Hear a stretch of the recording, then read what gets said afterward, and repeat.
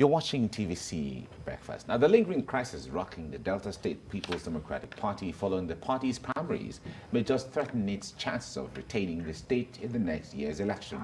On May 25th, 2020, the PDP picked its governorship candidate in the person of Sheriff Oborevwori, who is the Speaker of the State House of Assembly. But the Federal High Court ruled that he lacked the legal competence to participate in the election. The verdict followed a suit that was brought before the court by Mr. David Edevie on account of supplying false and forged documents to the Independent National Electoral Commission in aid of his qualification for the governorship election. The court directed both PDP and INEC to replace Mr. Oborevwori's name with that of the plaintiff, Edevie, who scored the second highest votes in the party's governorship primary. Mr. Edevie is now asking the Independent National Electoral Commission to obey the court judgment and recognize his candidacy. So joining us to discuss this is Honorable Member representing Ughelli South State Constituency in the Delta State House of Assembly, Comrade Ruben Izeze. Comrade, it's good to have you join us this morning. Good morning. Yeah, Comrade.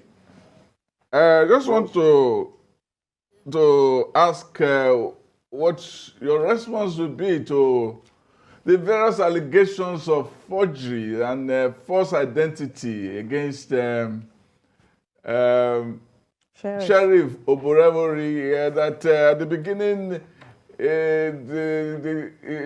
the first school leaving certificate had a different name from when he was leaving high school, when he was when he was in the university, when he was doing youth service, and even now, all of those names until he became a politician, there was no sheriff, and then he now has sheriff on it, and all kinds of names that they say he has about 6 of them. And then when the judgment order said that Oborevwori Sheriff Francis Oborevwori, having supplied false information and submitted dubious and forged credentials like certificates in order to participate in and be declared the winner of PDP Delta governorship elections, herein is legally precluded, prohibited, inhibited, prevented, and otherwise restrained from holding out, parading, and advertising himself as the candidate of the PDP. The INEC, that INEC is legally precluded, prohibited from accepting or receiving or otherwise recognizing or giving effect to the name of Oborevwori Sheriff Francis Oborevwori as the candidate of that bearer of PDP. That an order is hereby made, commanding, directing, and otherwise mandating PDP and INEC to replace forthwith the name of Oborevwori Sheriff Francis Oborevwori with that of David Edevie as the lawful candidate of PDP for the forthcoming gubernatorial elections in Delta State, now scheduled for 11th March 2023 by the third defendant. Good morning, Bros. Cam. Thank you. The judgment that you have just read has been appealed. The judgment you've just read has been appealed. The parties have submitted their dispute before the courts, and they will therefore comment on this issue with the sub judice. I will not be commenting on... It has not been heard in court, so it's not sub judice yet. It has been heard. There has been a judgment. You have just read... No. The appeal has not been heard in court, so it's not sub judice yet. It's not sub judice yet. It is sub judice. It is before the court. The parties have submitted their dispute before the court. I will not be commenting on those matters that are before the court.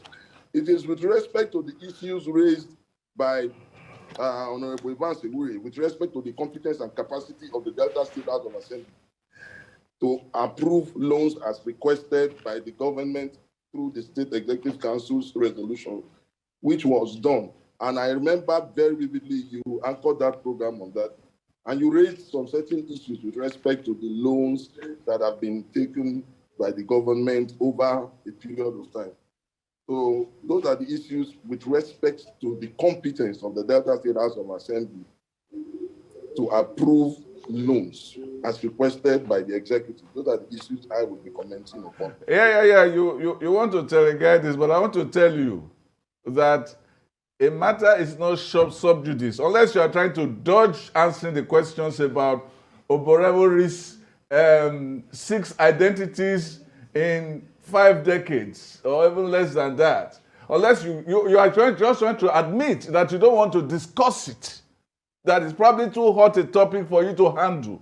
So you want to leave that. I'm ready to tackle you on the issues of the loan.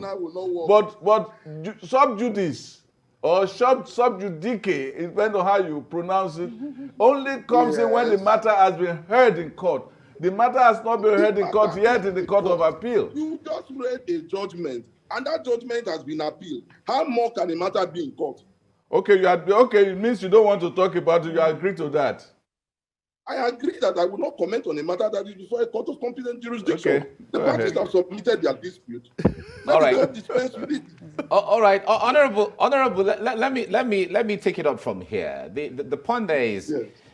at very sensitive times like this, one would expect that your political party, or any political party for that matter, would try to put its house in order, knowing that there is another political party watching and waiting, seeing what is going to happen to take advantage of some of these issues. Now, with this crisis going on within the PDP, what concerns do you have that PDP would not lose its chance for the first time since 1999 in Delta State in the 2023 elections? The fundamental nature of political parties is that they have intra-party disputes. There is no political party that is exonerated from intra-party disputes. However, I believe very strongly that the PDP will find a way, using back channels, to resolve whatever disputations are going on presently. It is a family affair. It will be resolved eventually. At the end of the day, after the whole litigation, we'll still come back to the round table and bring this dispute into a peaceful resolution. Yeah, you talk about resolution. Will be explored. Yeah, but that, Yes. one would see that as the vague way of approaching it, because the point there is, if there are moves right now, you say, okay, there's a committee that's been set up, or there's a panel that's been raised to see both sides outside of the court process and all of that, that can assure anyone that there are reconciliatory moves already. Or do you have that in place already? Yes, as we speak, the party in Delta State has constituted reconciliation committees. These committees are across the 3 senatorial districts. And the mandate of the committee is a simple: reach out to all aggrieved parties. People will be aggrieved with the outcome of any elections. I contested an election, I contested the primaries, I lost, and I lost fairly, and I took it in good faith. Some people don't take it that way. Me, nonetheless, the back channels are open. The reconciliation committee is already working. It is reaching out to people. And the way it is, PDP in Delta State will come out of this stronger. We'll go into the elections of 2023, one united family. That I can assure you of. Right. So, well, back to the question Sam asked you.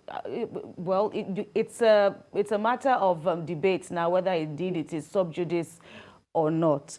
But the issue has gone beyond being just a legal issue. It also has political implications, because if indeed the Court of Appeal goes on to say that yes, Mr. Sheriff's documents were false as alleged by Mr. Edive, that would also bring us to the question, and it has already even raised the question of how he was able to be Speaker for that many years in the House of Assembly without these critical questions being asked. And these questions are even asked by a member of your party.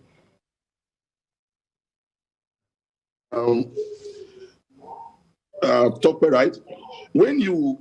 No, this is Kemi. This is Kemi.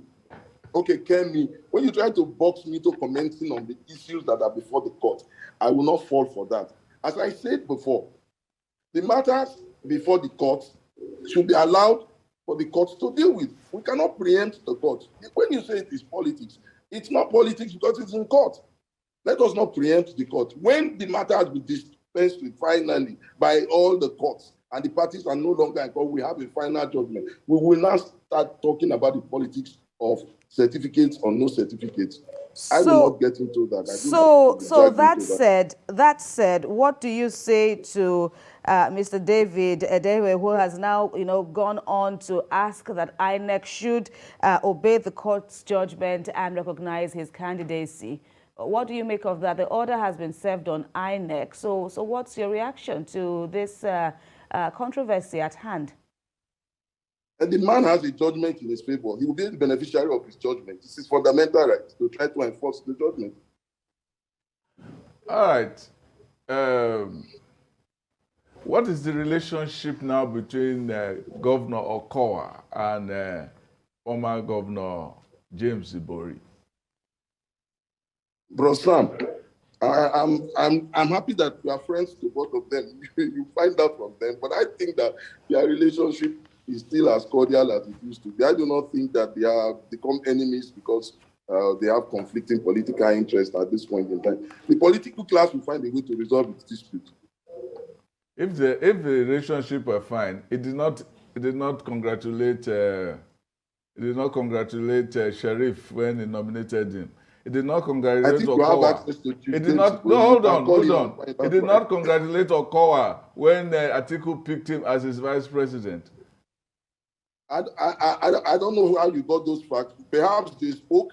They don't need to speak on national television for you to know who was congratulated or not. Nonetheless, Brasam, you have access to Chief Oborevwori and His Excellency Senator Okowa. I'm sure you can reach them. No. I'm asking you a question. It's not about me. You are making it about me. It's not about me. No, it is about two persons. Yes, and you are talking for the party. To the best of my knowledge, their relationship is fine. But to the part of the public, we know, and from rumblings in the party, we know that Ibori is for Edevia, and Ibori is not in the same swimming pool with Okowa, because you know that his daughter ran for position, and it was widely believed that Okowa tried to stop it when it was stalemated and they had to run again, and he had, in a sense, had to cave in to the candidacy of Ibori's daughter. In the case of that of Uduaha, the thing was thrown under the bus. The daughter did not. So tell us about these tensions in your party in the state. Now, Bro Sam, let me tell you what happened with all those primaries. You know the amendment of the Electoral Act, when the National Assembly shot itself in the foot and removed statutory delegates, and it was only ad hoc delegates that were not responsible for those primaries. So anybody could have lost an election based on those numbers. The numbers were too few, and there were people that just emerged in 2 weeks before the primaries. So everybody, there were victims across Nigeria. People lost elections in different parts of the country who never thought they could lose elections because the ad hoc delegates just emerged 2 weeks before then. So what happened in Ethiopia Federal Constituency? Don't forget the fact that Benny Bakwa, the city member, is one of the very strong hands from Delta Central in the National Assembly. So he's not going to be a pushover. Eriapake Ebori went into a contest with him. The delegates decided, and it was a tie until they had a result. Ben is not a pushover. That's why she had the difficulties she had there.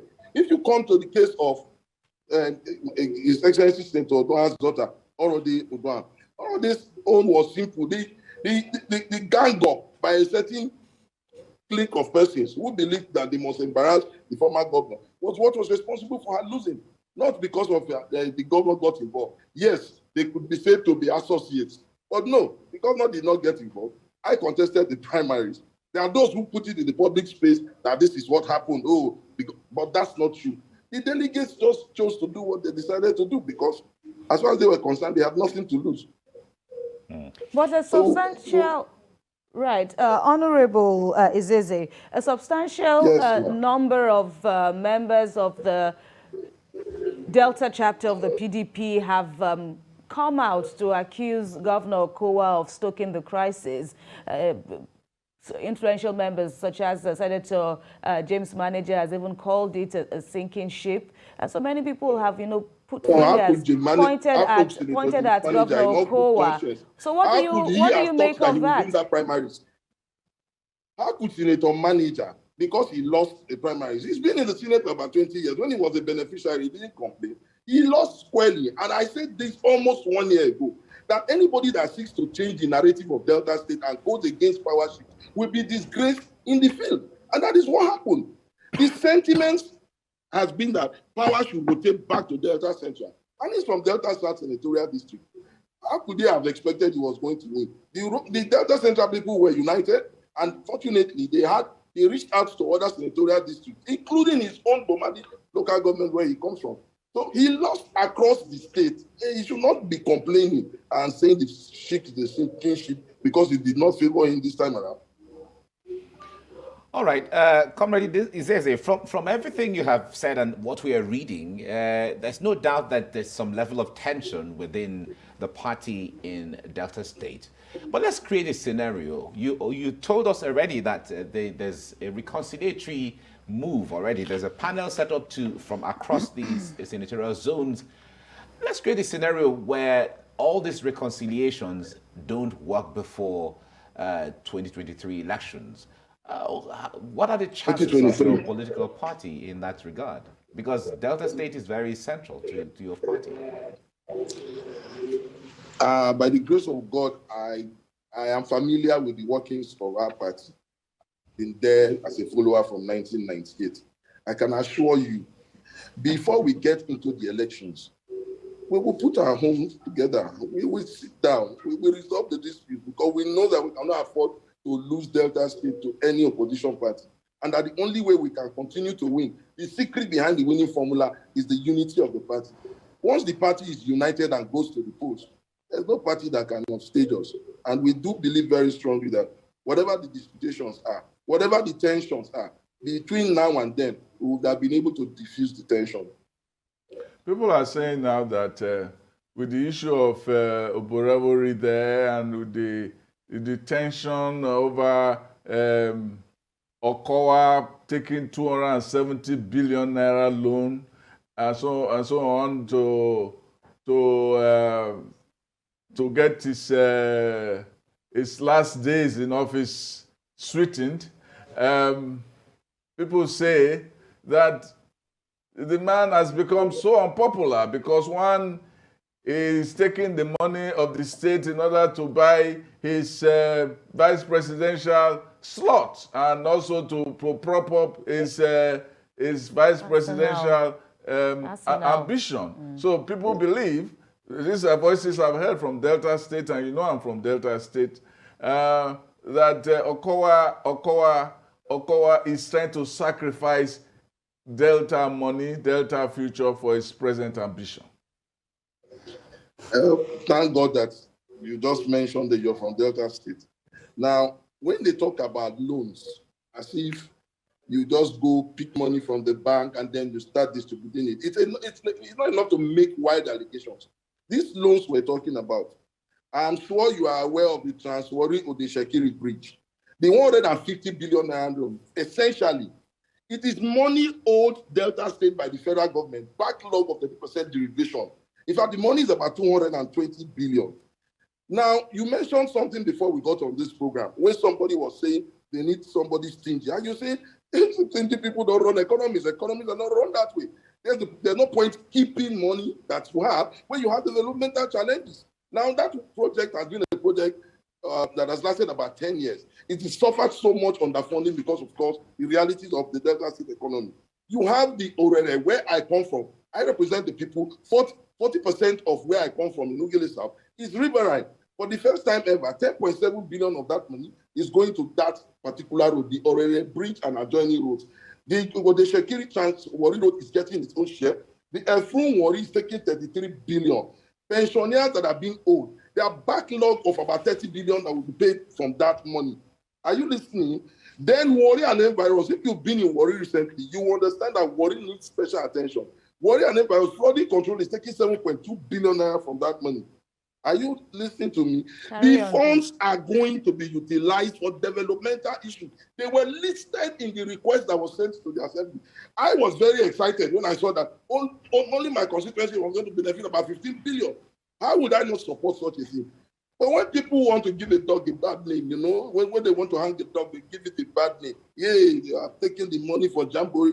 Well, who was there? Who saw them? The list is before me as I speak to you. I'm very happy because my constituency is going to be benefiting from the loan. Why keep the money when you have challenges that you will deal with? And you know how inflation is in these parts of the world. The fund is available. It is backlog that the federal government is owing Delta State from 13% deregulation. Instead of waiting until they pay you, and you know inflation is affecting the price of all these materials, and the economy needs to move. You approach the bank, please, give me this. I have so money. Delta State is solvent, so our liabilities are not above our assets as it is. So please, when they say, oh, 270, the other one, the development of farm seedlings, the central bank will be releasing it directly to farmers. Okowa has not taken that one. The central bank will release directly to farmers. Then, of course, the other 25 billion is for the 5% equity in UTM offshore. We're not going to, it's a partnership between the Delta State government and UTM offshore. The funds will be released into UTM account and for 5% equity. You know the challenge of unemployment that we face in this part, youth restiveness and all of that. If government is diversifying its economy so that we can employ more of our youth, we don't have a problem with that. All right. The question should be, let the funds be monitored so that it will be used for the purpose. All right, your point is taken, Comrade Izeze. So since you've already denied that Governor Okowa isn't behind the crisis rocking the party, and this is just, you know, noise made by some other members, what role has he played, saying as Delta is crucial for the national PDP? What role has Governor Okowa played in reaching out to these dissatisfied members and calming their nerves? I'm sure he's reaching out to them. I'm sure he's doing that. As I said, the back channels have been explored, but you won't hear those things on the pages of newspapers. The back channels have been explored very seriously, and I'm sure he's doing that. All right.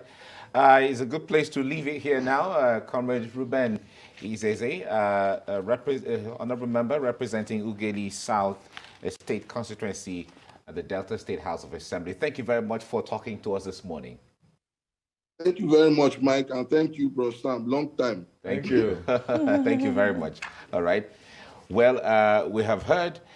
We only hope that, like he said, reconciliatory moves. So let's hope that maybe they work and their political party is back together. I think the issue of Oborevwori Sheriff was too hot for him to handle, and so he decided to hide under a non-existing sub judice clause. You know, he said he's in court. He said he's in court. He said he's in court, and him being a lawyer, well, that's what the records say. Him being a lawyer, he would naturally want to stand on that. But even though, of course, it's a very controversial topic. It's not even controversial unless the matter has been heard in court. It is, especially since, and looking at the way the judgments, played out, the earlier judgment, saying as he didn't, defend the allegations, and the other side, the Davis side, came out with, all the papers with all the controversies, the discrepancies, and the judge, Justice Taiwo, said he didn't bring anything to the contrary, and so the claim of the Mr. Davis side, of course, had the upper hand. But on the money, he said he made a good point, saying that the 270 million should be monitored. Right. And that is also a key takeaway. Because the timing is very key. The timing where you're getting this money is, because you're not going to implement all of this, because there's no time to implement all of this. It's not going to be under your watch. And so, but it was a good thing he said that part of the pensioners, arrears of pensioners and all of that is being paid. Well, to be fair, Delta State is one of the states that has been mentioned among the 5 states in the country. I would say 4 states plus FCT that have been implementing the pension scheme, Lagos being the flagship of the little group of 36 states in the country. So that is fair. All right. Well, that's it. We'll continue monitoring. Oh, yes, of course. All right.